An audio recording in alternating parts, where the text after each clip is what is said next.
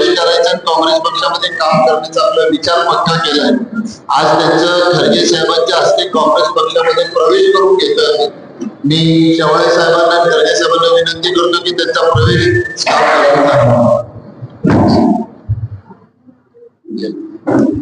He is the ex-mayor of the Congress.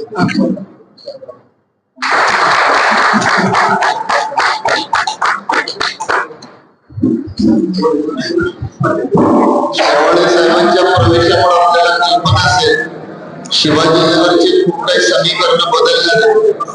मी यापुढे आमचे media in charge शमा मोहम्मद यांना खरगे साहेबांचा परिचय करून देण्याची विनंती करतो.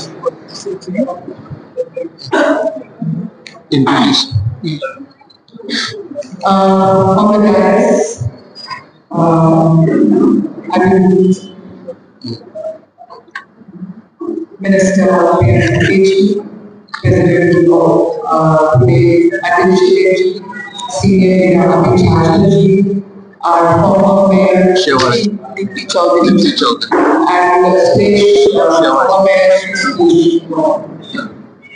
As you all know, Mayor Dipti is our Minister of Karnataka. So with your permission, can Let's also understand that he started his career in 1998 in SUI. He was there in SUI Secretary in Karnataka, Youth Congress General Secretary, Youth Congress Vice President. Then he got elected as an MLA in Chittorpur constituency 3 times in Bar. In 2016 to 18, he was a cabinet minister in the government of Karnataka. 18 to 23 is Minister for Social Welfare, and now again he is Minister for ITBT, Rural Development and Panchayati Raj. So I am going to give, he is a pioneer leader of the party. He will give you all the answers to every question you ask him, and he will also speak about the guarantees of Karnataka. I give the floor to Karnataka. Thank you so much. सबको मेरा नमस्कार और उपस्थित मंच पर उपस्थित doctor Shaba, Suresh ji, Deepti जी, शिवाली साहब और अभी जो हमारे जो अध्यक्ष महोदय थे पद यात्रा के लिए Arvind ji and all my friends from the media. Sorry मेरी हिंदी उतनी खास नहीं है, ना ही खरगे साहब की तरह मुझे मराठी भी आती है. So I will try to dabble between Hindi and English if it's that it's okay with. तो पहली बात तो ये है कि सब आप लोग यहाँ उपस्थित हैं, आप सब लोगों का धन्यवाद. कई साल पहले जब मुख्यमंत्री मोदी जी गुजरात के मुख्यमंत्री थे और प्रधानमंत्री बनने का जब सपना देखे तो उन्होंने एक फैक्ट्री खोली. उन्होंने इस फैक्ट्री का काम एक ही था कि अफवाह फैलाए और झूठ को जन्म दे. The only job of this factory was to spread misinformation, disinformation, malinformation and fake news. ये झूठ की ज्यादा थे नहीं, वो नजदीक पकड़ो. I thought I was already loud. तो ये फैक्ट्री जो मोदी जी ने खड़ी की है वो एक फेक न्यूज फैक्ट्री है. और जो जब वो गुजरात सीएम थे वो जो छोटी सी फैक्ट्री थे जब पीएम के लेवल पर बने वो पूरा इंडस्ट्री लेवल तक लेकर गए उसको. He is completely industrialized fake news and misinformation in the country. Bhajpa की पूरी जो पार्टी अभी खड़ी है उसकी नींव और बुनियाद झूठ है। तो पिछले 11 साल से देखिए, 12-13 साल से सिर्फ अच्छे स्लोगन देते हैं, काम तो कुछ होता नहीं है। मैं आपको याद दिलाना चाहता हूं कि यही भाजपा सरकार 12-13 साल पहले जो स्लोगन्स चलाए और अभी असलियत क्या है।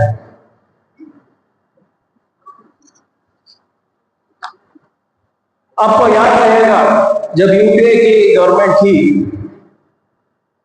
और प्रधानमंत्री के दावेदार ये थे तो कैसे नारे लगे थे, बहुत हुई नारी पे वार, अब की बार मोदी सरकार। 11 साल के बाद आप एनसीईआरटी स्टैटिस्टिक्स लेके देखिए, what is the rate of atrocity on women in the country now versus then। Maharashtra में, ये मेरे आंकड़े नहीं है, मोदी जी के आंकड़े हैं, एनसीईआरटी स्टैटिस्टिक्स के मुताबिक Maharashtra is number 1 in eve teasing and number 3 in rape. बहुत हुई भ्रष्टाचार, अब की बार मोदी सरकार। मैं भ्रष्टाचार को नींव समेत उखाड़ के दे दूंगा बोले थे। अभी हमारे कर्नाटक में परसों रिपोर्ट आया है कि कोरोना के टाइम पे बहुत हुई भ्रष्टाचार, अब की बार मोदी सरकार। मैं भ्रष्टाचार को नींव समेत उखाड़ के दे दूंगा बोले थे। अभी हमारे कर्नाटक में परसों रिपोर्ट आया है कि कोरोना के टाइम पे उनके मुख्यमंत्री येडियुरप्पा जी और हेल्थ मिनिस्टर श्री राम जी 3000 करोड़ का घपला किए हैं।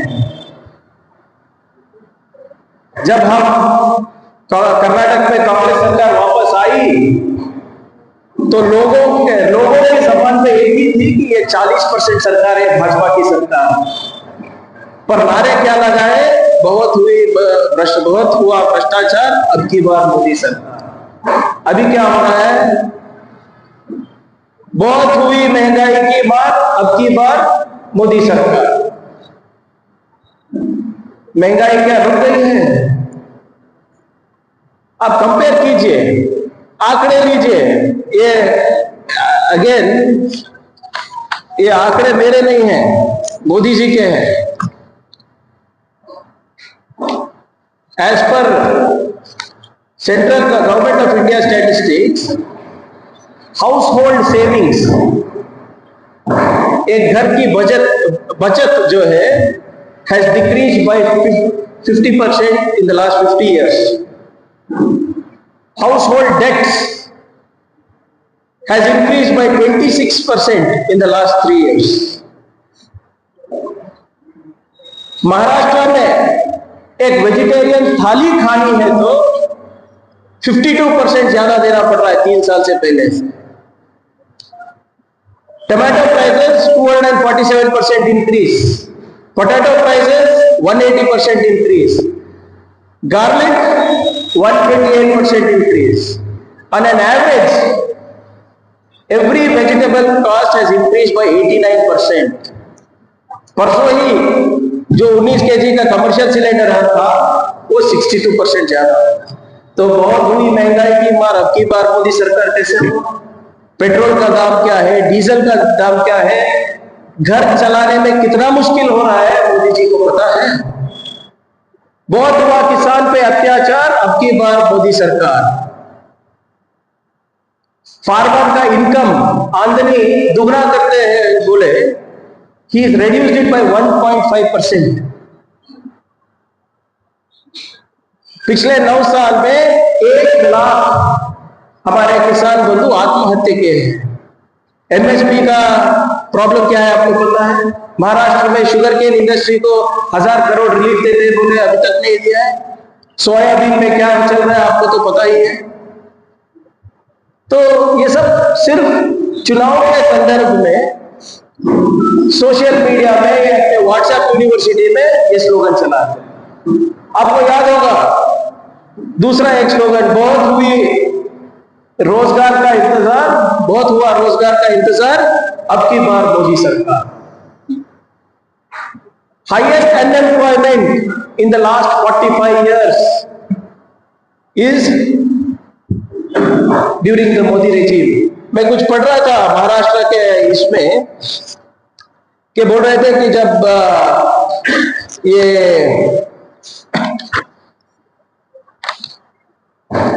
युवाओं को नौकरी देने की बात आई तो एक 1257 Mumbai police constable post where called, 1257 women constables, 1.1 lakh people applied, 1,10,000 लोग।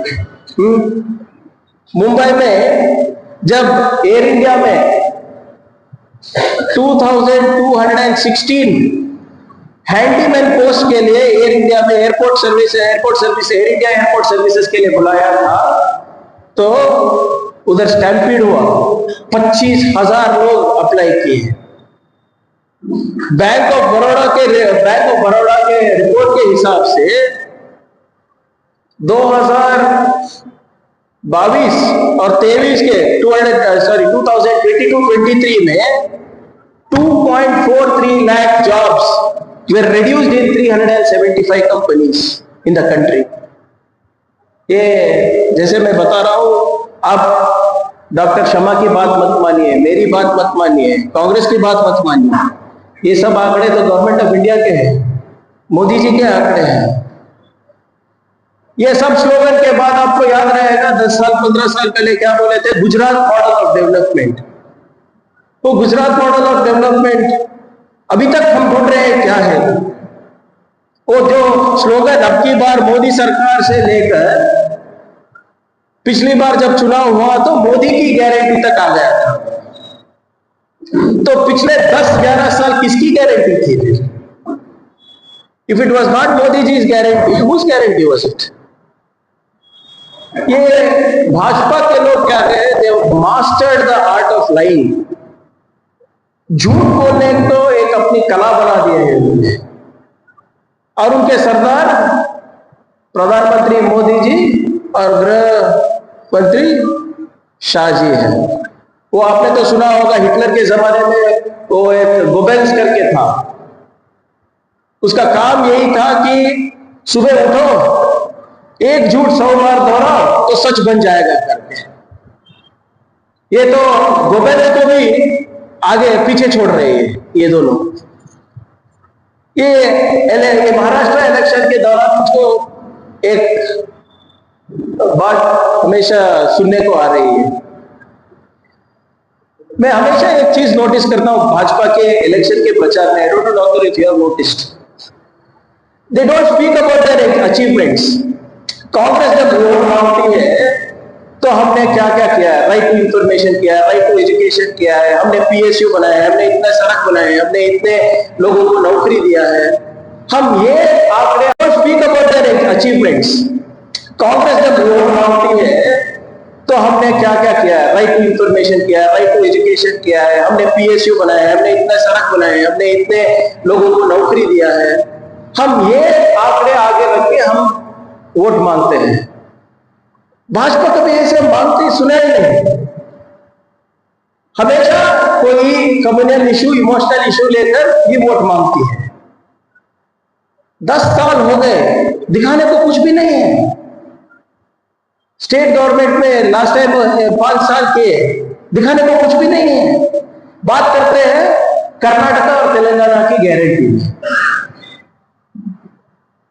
बात करते हैं कि कर्नाटक में गारंटीज आई नहीं है, पहुंचे ही नहीं है करके। एक पेज का फ्रंट पेज एडवर्टाइजमेंट दे रहे हैं, अपने अचीवमेंट्स की नहीं दे रहे हैं। कर्नाटका को और तेलंगाना को नीचे दिखाने की कोशिश कर रहे हैं। झूठ बोल रहे हैं महाराष्ट्र के लोगों से भाजपा इधर। हमारी गारंटीज 5 गारंटी जो कर्नाटक कांग्रेस ने दिया है, कर्नाटक की सरकार ने दिया है, वो बहुत ही अच्छी चल रही है। The problem with BJP and Modi ji is, अगर वो गारंटी देते हैं तो वो मास्टर स्ट्रोक है। मोदी की guarantee master stroke, but Congress की गारंटी बताएंगे तो अरे ये आर्थिक व्यवस्था पे अत्याचार हो रहा है, इट इज अ वेस्ट। इसको क्या बोलते हैं, रेवड़ी दिल्ली में। अगर मोदी जी देंगे तो मास्टर स्ट्रोक, खड़गे जी राहुल गांधी जी बात किए तो रेवड़ी, मुफ्त का चंदन। मैं आपको ये दिखाना चाहता हूं कि मोदी जी कितनी रेवड़ी बांट रहे हैं, उनका मास्टर स्ट्रोक्स कितना है। प्रधानमंत्री गरीब कल्याण योजना 2,05,250 करोड़, राष्ट्रीय कृषि विकास योजना 7,553 crore, PM Annadata Sanrakshan Yojana income support scheme 1,737 crore, interest subsidy 25,550 crore, PM Ujjwal Yojana 11,925 crore, PM सूर्य घर मुफ्त बिजली योजना 75,021 करोड़, पीएम सूर्योदय योजना 10,000 करोड़, पीएम किसान योजना 60,000 करोड़। कुल मिला के 8 स्कीम है, टोटली 5.8 लाख करोड़ मोदी जी मुफ्त में दे रहे हैं। ये रेवड़ी नहीं है, ये मास्टर स्ट्रोक है। जब हम गरीब कल्याण करेंगे तो अर्थव्यवस्था पे मुश्किलात बनती है। Close to around 12.1% of the entire state's country's economy is going towards revenues as per Modi ji's calculation. Maharashtra में मुख्यमंत्री माजी लाडली बहन, मुख्यमंत्री बलिराज बीज सवलत योजना, मुख्यमंत्री अन्नपूर्णा योजना, बाकी के सब्सिडी मिला के 63,430 करोड़ होते हैं। मध्य प्रदेश में 56,223 करोड़ होते हैं, हरियाणा में 38,500 करोड़ होते हैं, राजस्थान में अप्रोक्सीमेट 30,000 करोड़ होते हैं।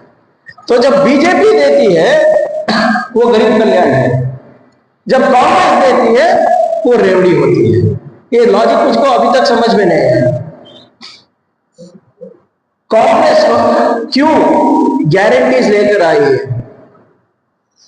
वो भी मोदी के मास्टर स्ट्रोक के वजह से ही लेकर आए हैं हमने।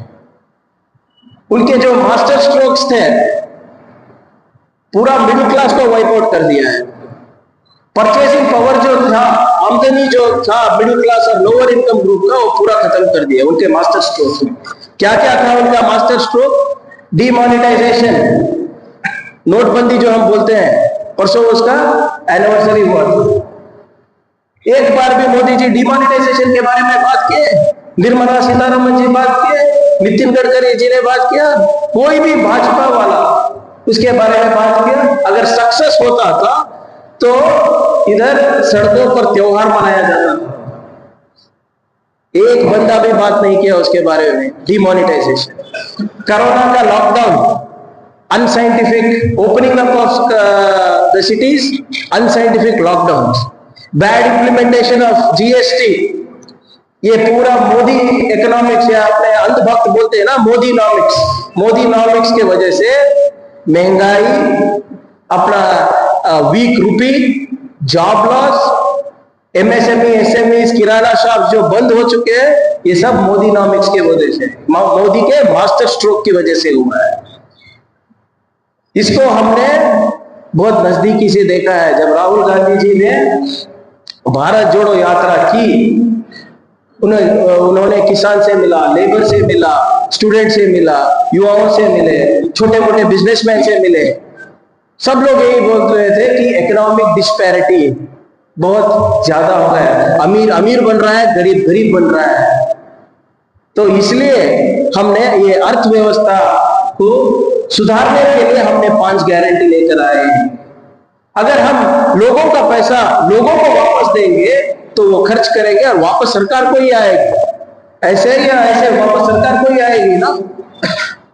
हमारे कर्नाटका में 5 गारंटी दिए। अन्ना भाग्य 5 केजी चावल दे रहे हैं। कितने लोगों को दे रहे हैं?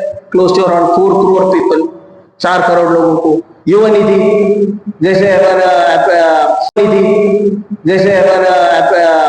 ये बता देते हैं हम, अनएम्प्लॉयमेंट का 5 लाख बेनिफिशियरीज है। शक्ति योजना महिलाओं को फ्री बस ट्रैवल पूरे स्टेट में। रोजाना 50 लाख महिलाएं अभी शक्ति योजना का लाभ उठा रहे हैं। कहां जा रहे हैं ये लोग? मार्केट जा रहे हैं, दुकान जा रहे हैं, मेडिकल स्टोर जा रहे हैं, मंदिर को जा रहे हैं, काम को जा रहे हैं, विद्यार्थी लोग कॉलेज को जा रहे हैं, हॉस्टल को जा रहे हैं। अब ये शक्ति योजना इतना सक्सेसफुल हुआ है कि धर्मस्थला करके एक पुण्य क्षेत्र है हमारे यहाँ, जैन मंदिर है, बहुत पुण्य क्षेत्र। उनके जो सदर है, उनके जो लीडर है, उनको बीजेपी ने राज्यसभा मेंबर बनाया, श्री वीरेंद्र हेगड़े करके। Rajya Sabha, he is a member of the parliament now, nominated by BJP. वो बीजेपी नॉमिनेटेड राज्यसभा मेंबर एक चिट्ठी लिखते हैं, किसको? कर्नाटका के मुख्यमंत्री को, सिद्धरामैया जी को। वो बोलते हैं कि जब से आपने शक्ति योजना जारी की है, महिलाएं बहुत ज्यादा नंबर्स में अभी ये हमारे देवालय को जा रहे हैं, टेम्पल्स को जा रहे हैं, और इससे हमारी आमदनी भी है, अच्छी हो रही है। जो पुजारी, जो आचार्य है, पुजारी है, उनका भी भला हो रहा है। इस सरकार को सुरक्षित रखे करके उन्होंने चिट्ठी भेजा है, बीजेपी वाले। और जब खाली हाथ तो नहीं जाएंगे, जब देवालय जाएंगे तो, मंदिर जाएंगे तो खाली हाथ नहीं जाएंगे। वो बाहर जो बैठा है उससे नारियल लेंगे, फूल लेंगे, अगरबत्ती लेंगे, जाके उधर जो पुजारी है उसके प्लेट में एक 10-20 रुपए रख के आएंगे। So it's all local economy, stimulation of local economy that is happening. गृह लक्ष्मी योजना जो महीने में 2000 हम दे, महीने के लिए 2000 दे रहे हैं। Close to around 1.25 crore people are taking it. 1.25 crore women are taking it. Gruha Jyothi, जहाँ उचित अप टू 200 यूनिट्स तक हम फ्री बिजली दे रहे हैं। 1.64 households, 1.64 crore households are taking it. और ये सर कांग्रेस के हैं क्या? बीजेपी वाले इससे बेनिफिट नहीं हो रहे हैं? 4 करोड़ अगर हमने अन्ना भाग्य में दे रहे हैं तो बीजेपी वाले भी है, जेडीएस भी है, इंडिपेंडेंट भी है। हम क्या सिर्फ कांग्रेस को? ना हम जात देख रहे हैं, ना हम पात देख रहे हैं, ना आपका धर्म देख रहे हैं। अगर आप नागरिक हैं तो हमारा जिम्मेदारी है कि आपको देना है, हम दे रहे हैं। अगर इतनी आपको प्रॉब्लम है गारंटी से, जैसे आपने वो एक गिव अप स्कीम चलाया ना भाजपा लोगों ने, LPG subsidy give up scheme, ऐसा कीजिए। कौन ना मना कर रहा है? नहीं, हम नहीं लेंगे, ये रेवड़ी है, हम नहीं लेंगे करके, वो तो नहीं बताएंगे आपको। तो इसलिए, और ये क्या है, पर मंथ एक महिला जो घर चलाती है, जो रसोई चलाती है, 8,000 से 12,000 रुपए तक बचत हो रही है उनकी। और ये बचत जो हो रही है उनका कहां पर खर्च कर रहे हैं? जो कोरोना के टाइम पे उन्होंने लोन लिया था, उसका ईएमआई चुका रहे हैं। ये स्कूल और कॉलेज फीस दे रहे हैं, ट्यूशन फीस दे रहे हैं, अपने बच्चों को पौष्टिक आहार दे रहे हैं, अपने घर चलाने के लिए बचत करा रहे हैं, बचत कर रहे हैं। ये मैं नहीं बोल रहा हूं, ये किंग्स कॉलेज का एक रिपोर्ट है, किंग्स कॉलेज का एक रिपोर्ट है, independent report. done by London, King's College London. It says that Griha Lakshmi Yojana se it enhances financial independence, helping women cover essential expenses independently. It reduces economic stress with beneficiaries able to manage month-end expenses more effectively. It increases in ownership of consumer durables like washing machines and ACs in female-headed households, especially in urban areas. It boosts financial inclusion with more women accessing formal banking services, especially in rural and semi-urban areas. It provides a financial buffer and reduces reliance on loans. ऐसे हर एक scheme के लिए social और economic impact study हुआ है. मैं आपको भेजता हूं, हमारे भाजपा दोस्तों के लिए भी थोड़ा शेयर करना चाहिए. ये इंडिपेंडेंट स्टडी है, हमारा स्टडी नहीं है इसमें. और मोर इम्पोर्टेंटली, जैसे मैंने बोला था, आप मेरी बात मत मानिए, मोदी जी की बात सुनिए. आप मोदी जी बोल रहे थे कि कर्नाटका के पास पैसे नहीं है, 50 करोड़ रुपए सिर्फ ये गारंटी देने में चला गया है, बाकी का काम कुछ नहीं चला है. मोदी जी के आंकड़े बोलते हैं कि national statistical estimate projected 4% GSDP growth for Karnataka, only 4%. Modi ji's government projected only 4% GSDP growth for Karnataka, but that was revised to 13.1%. By whom? By Government of India. And today we have achieved close to 10.2%. उन्होंने बोला कि कर्नाटका सिर्फ 4% उन्नति देखेगी, समृद्धि देखेगी, but हमने achieve किया है 10.2% for the year financial year 23-24. National average कितना था? 8.2%. So we are above the national average. This is what is the statistics by to 13.1%. By whom? By Government of India.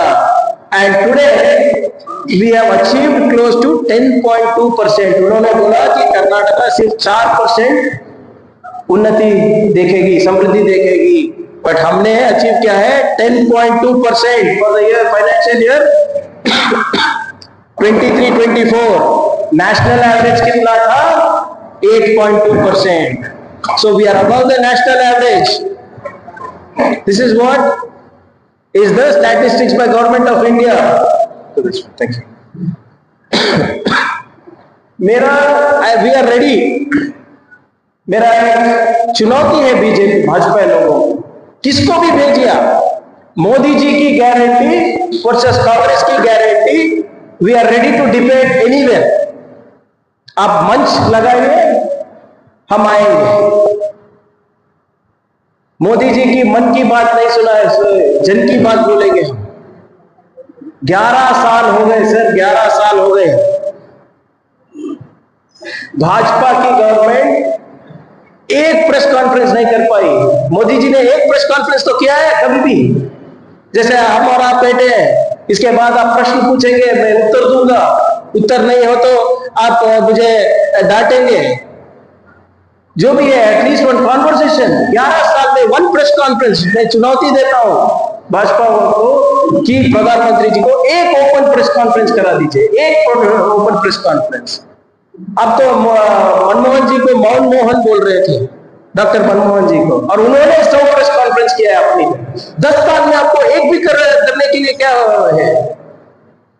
किसी भी सवाल का जवाब पूछेंगे तो सिर्फ ये नारेबाजी लगाएंगे, या तो हिंदू खतरे में है. कोई भी जब भी इलेक्शन आए हिंदू खतरे में है. जब बीजेपी के पास कोई प्रश्न का उत्तर नहीं है, हिंदू खतरे में है. जब मोदी जी का बोले मोदी जी क्यों मौन बैठे हैं बोले तो हिंदू खतरे में है. हिंदू खतरे में नहीं है, भाजपा खतरे में है. जब भी भाजपा खतरे में होती है, जब भी चुनाव आता है, तभी हिंदू खतरे में होते हैं. और स्लोगन्स देखिए कैसे कैसे दे रहे हैं। अभी हो गया, अब की बार मोदी सरकार हो गया, गारंटी हो गया, अभी नया कुछ चालू किया है, अमृत का, विकसित भारत। ये सिर्फ स्लोगन से, भाषणबाजी से किसी का पेट नहीं भरता है।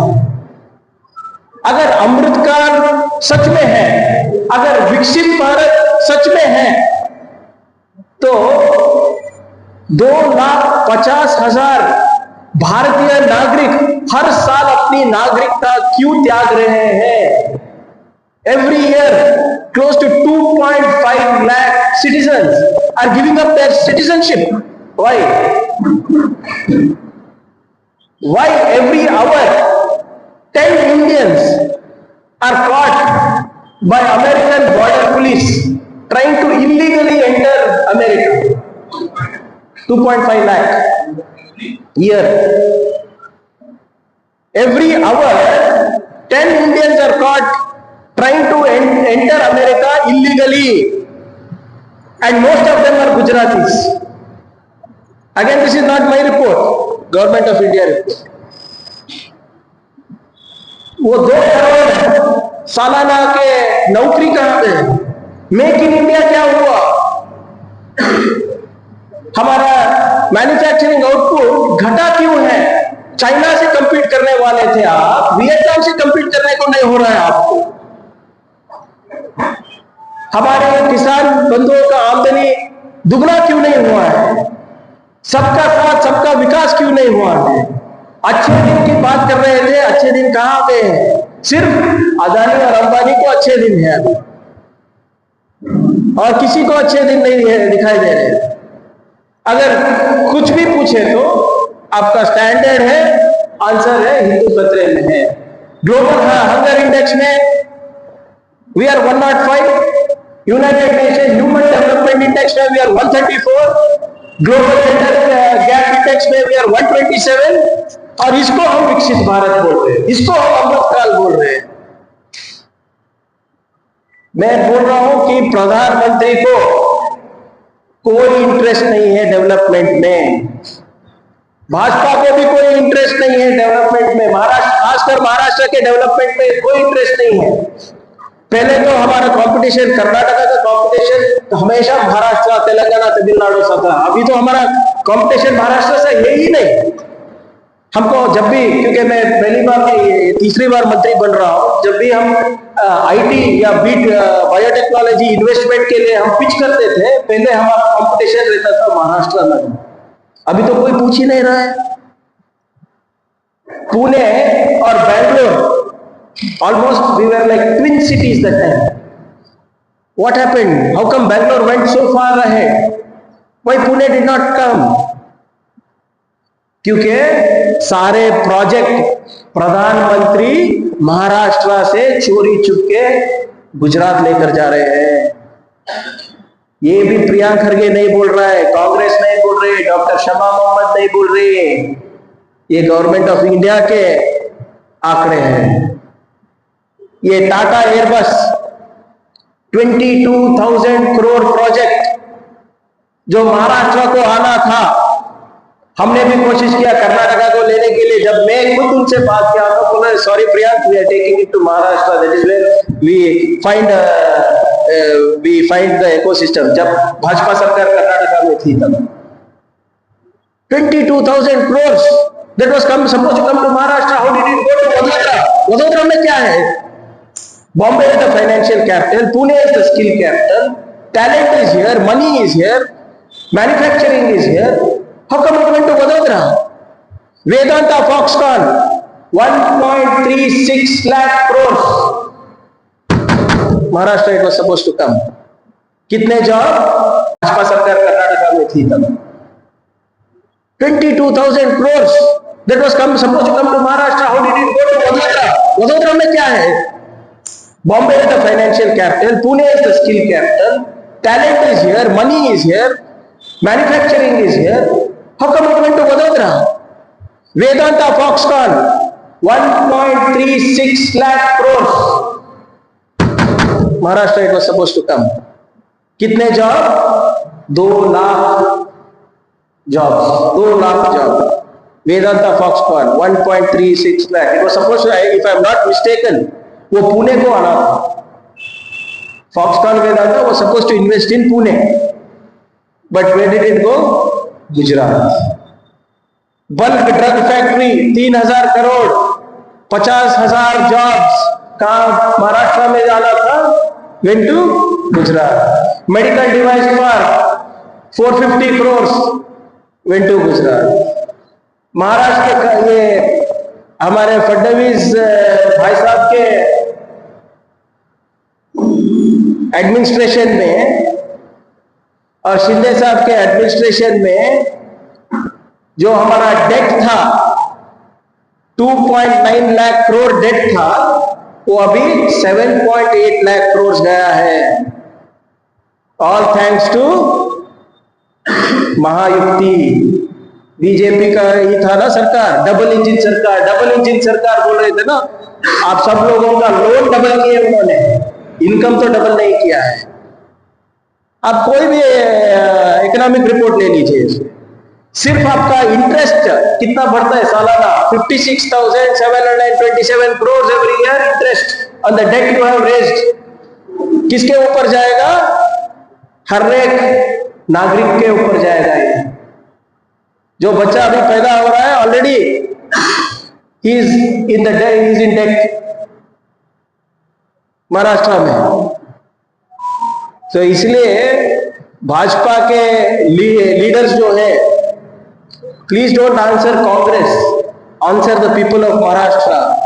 Why the investments, industries and jobs meant for Maharashtra went to Gujarat. Modi ji लेकर गए तो आप भाग के उनके सामने खड़े रहेंगे? मोदी जी ने वोट दिया था क्या? इधर महाराष्ट्र के लोगों ने वोट दिया था कि आपका उनके लिए तरक्की लाएंगे. क्या हुआ उधर? कुछ भी नहीं है. So my appeal to the people of Maharashtra is please vote for Mahavikas Aghadi. Congress को वोट दीजिए. अगर आप एमबीए को वोट देंगे तो आपकी सरकार होगी, इधर लोगों की सरकार होगी, महाराष्ट्र की जनता की सरकार होगी. अगर आपका वोट महायुक्ति को गया, भाजपा को गया, तो अदानी की सरकार होगी इधर. ये भी मैंने नहीं कहा, अजीत पवार साहब ने कहा ना, अजीत पवार जी ने कहा ना कि अदानी बैठे थे सरकार गिराने के लिए. तो ये कठपुतली सरकार है. अगर आपको अपनी सरकार चाहिए, महाराष्ट्र की सरकार चाहिए, महाराष्ट्र की तरक्की के लिए सरकार चाहिए, तो कांग्रेस को वोट देना आपकी जिम्मेदारी बनती है, आपका फर्ज बनता है. अगर आपको कठपुतली चाहिए, कठपुतली सरकार चाहिए, अदानी सरकार चाहिए, जो महाराष्ट्र की तरक्की होनी थी वो गुजरात को भेजना है, तो फिर महायुक्ति को वोट. मेरा एक ही है लास्ट पॉइंट, आप ही सोचिए थोड़ा. जो सरकार छत्रपति महाराज शिवाजी महाराज का स्टैच्यू नहीं बना सकती, वो महाराष्ट्र कैसे बनाएगी? महाराष्ट्र को आगे कैसे लेकर जाएगी? एक स्टैच्यू बनाने के लिए नहीं हुआ आपसे. जो एक 658 फीट का कुछ करने वाले थे, वो तो फाउंडेशन स्टोन लगा के छोड़ दिए. जो बनाए वो भी गिर गया. उसके बारे में बात करेंगे तो भाजपा भाग जाएगी. तो my humble submission to the people of Maharashtra is don't fall for this communal narratives. कोई हिंदू खतरे में नहीं है. अमित शाह जी कल महाराष्ट्र में क्या बात किए? घुसपैठियों के बारे में बात किए, औरंगजेब के बारे में बात किए. मुझे ये समझ में नहीं आता, पाकिस्तानी हो, बांग्लादेशी हो या कोई चाइना हो, कैसे घुसाते हमारे हिंदुस्तान में? बॉर्डर देखने की जिम्मेदारी कांग्रेस की है कि सरकार की है? औरंगजेब कहां से आता है आपके जीवन में? अभी इट इज गुमराह करने की कोशिश है बस. तो इसलिए ये जो गारंटीज हमारे हैं, 5 पंचसूत्र, वो आपके सामाजिक और आर्थिक व्यवस्था को इंप्रूव करने के लिए है। इट इज टू एक स्वाभिमान जीवन के लिए है। It is to ensure that you live with social and economic equality and a life of dignity. BJP वाले कुछ भी कहें, इस बार यहां पे एमवीए का सरकार बनेगा। उनका जो कम्युनल नैरेटिव है ऑलरेडी तेलंगाना वालों ने रिजेक्ट किया है, कर्नाटका में रिजेक्ट हुआ है, और ये इस महीने महाराष्ट्र भी पूरे हिंदुस्तान को दिखाएगा कि ना हम कटेंगे ना बटेंगे। हम जो भी है संविधान की सुरक्षा के लिए महाराष्ट्र के लोग आगे रहेंगे, और हिंदुस्तान की तरक्की के लिए जो महाराष्ट्र हमेशा से जानी जाती है, it is one of the economic power houses of India, number 1 in IT, number 1 in GST, number 1 in industrialisation, agri industries, sugar, lost glory करके मैं बताते हुए सबको आपके माध्यम से मैं महाराष्ट्र की जनता को अपील करता हूं कि ये चुनाव आपका चुनाव है, ये महाराष्ट्र की जनता का चुनाव है। महाराष्ट्र की जनता के अगर सरकार आनी है तो आपको कांग्रेस को वोट देना पड़ेगा और एमवीए को स्ट्रेंथन करना पड़ेगा करके मैं ये बोलते हुए अपनी बात को विराम देता हूं। धन्यवाद। Thank you. Thank you. Questions?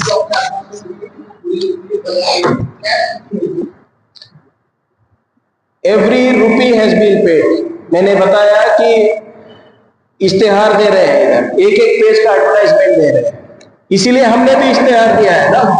आपने भी देखा है हमारे डिप्टी सीएम, पीसीसी प्रेसिडेंट और सीएम ने ओपन चैलेंज, ओपन लेटर लिखा है कि अगर आप आओ कर्नाटक में आओ, आप देखो। मैं आप सब लोगों को भी इनवाइट करता हूं, रिपोर्टर्स को, कि आप आके देखो कि हमारी जो गृह लक्ष्मी योजना है, गृह ज्योति योजना है, अन्न भाग्य है, युवा निधि है, पूरे 5 गारंटीज अप टू डेट है कि नहीं। Up to this month every rupee has gone. तो ये भाजपा का, मैं जैसे बोला, जब वो देंगे तो मास्टर स्ट्रोक है, जब हम दे तो रेवड़ी है। उनको एक आप ही बताइए सर, 11 साल उनका हो गया, इधर पिछली 5 साल बीजेपी की सरकार थी, अभी 2-3 साल इनकी सरकार है। इश्तेहार कैसा देना चाहिए? अरे हमने लाखों को नौकरी दी, हमने इतना फ्लाईओवर बनाया, हमने इतना मेट्रो बनाया, हमें इतने अन्नदाताओं का संरक्षण किया है, दे क्या? ऐसा इश्तेहार नहीं दे, सिर्फ नेगेटिव। हमारा आके हमारा इश्तेहार दीजिए। देखिए 1.5 करोड़ हमने इसे के इन्वेस्टमेंट, 1.5 करोड़ लोगों को हमने गृह लक्ष्मी दिया है। हम नंबर 1 है नेशनल बायो इकोनॉमी में, आईटी में, मैन्युफैक्चरिंग में। ऐसा हम इश्तेहार देते हैं, ऐसा हम एडवर्टाइजमेंट देते हैं।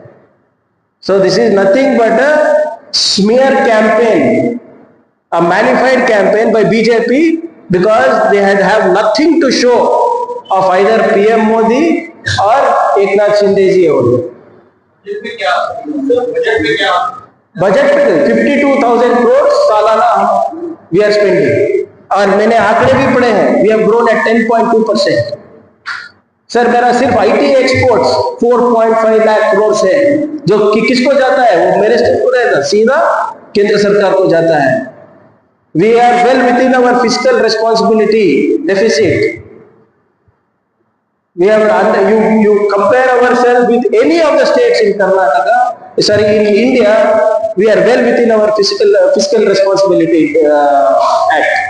But really, why BJP is so critical about Karnataka guaranteeing scams are being discussed here in Karnataka? Because they have nothing to showcase here, ना।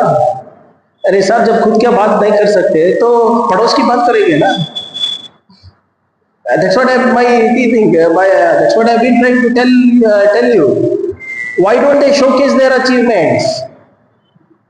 योगी आदित्यनाथ जी इधर आके क्या बात कर रहे हैं बताइए? Did he speak anything about UP's development? No, he spoke about Kharge ji. Correct? So obviously it shows that they have nothing to showcase. Bulldozer बाबा आए, बताए क्या क्या किया उन्होंने 10 साल में, कुछ नहीं बताया। खरगे जी का पर्सनल मामला लिखा है, कॉन्स्टिट्यूशन खतरे में, हिंदू खतरे में बोलेंगे, बटेंगे कटेंगे बोलेंगे, बस उतना ही। You ask me questions on economic status of Karnataka, I will speak. You ask me how many jobs we have created in the last 1.5 years, I will speak, because we have achieved it. They have not achieved, they are not speaking. Small minds, small talk. Will you also talking about rural scams what is your plan? It is a complete standard operating procedures of BJP. Kindly look at the entire nation. Wherever BJP is weak in the states, they use IT, ED, CBI. When they fail in these things, then they bring in the governor. So see what is happening in Tamil Nadu, what happened in Kerala, what happened in Jharkhand, what happened in Delhi. The same thing is happening in Karnataka. What jurisdiction does ED have? Yesterday they wanted to give the Mura scam to CBI. The Valmiki scam to CBI. The High Court gave a tight slap on them, saying that is the jurisdiction of the state. So wherever BJP state leadership is weak, they use these CBI, IT, ED and even the governors to strengthen their party. That is what is happening in Karnataka also. Because there is absolutely no leadership of BJP there. There are rudderless boat in Karnataka. And that's why they have fallen back to Modi ji and Amit Shah ji and the governor to build their party, to rebuild their party in Karnataka. But how areas are BJP prepared to destabilize Karnataka government? They will try, sir. See, before, if you recollect, turn the pages of history and see, we have run minority governments in states and center. Because there used to be some ethics. But after BJP has come, Operation Lotus has become the modus operandi. They did it in Assam, they did it in Madhya Pradesh, they did it in Gujarat, they did it in Maharashtra, they did it in Karnataka. So wherever they don't get popular mandate, they try to get they try to blackmail through IT, ED, and they purchase MLA. So that's a known fact, the blackmailing thing, how the washing machine works. Even in Maharashtra it has happened, right? So these people will keep trying, but we have to ensure that we deliver on the promises. That's the only way that BJP is going to stay. Thank you. Any more? Thanks everybody.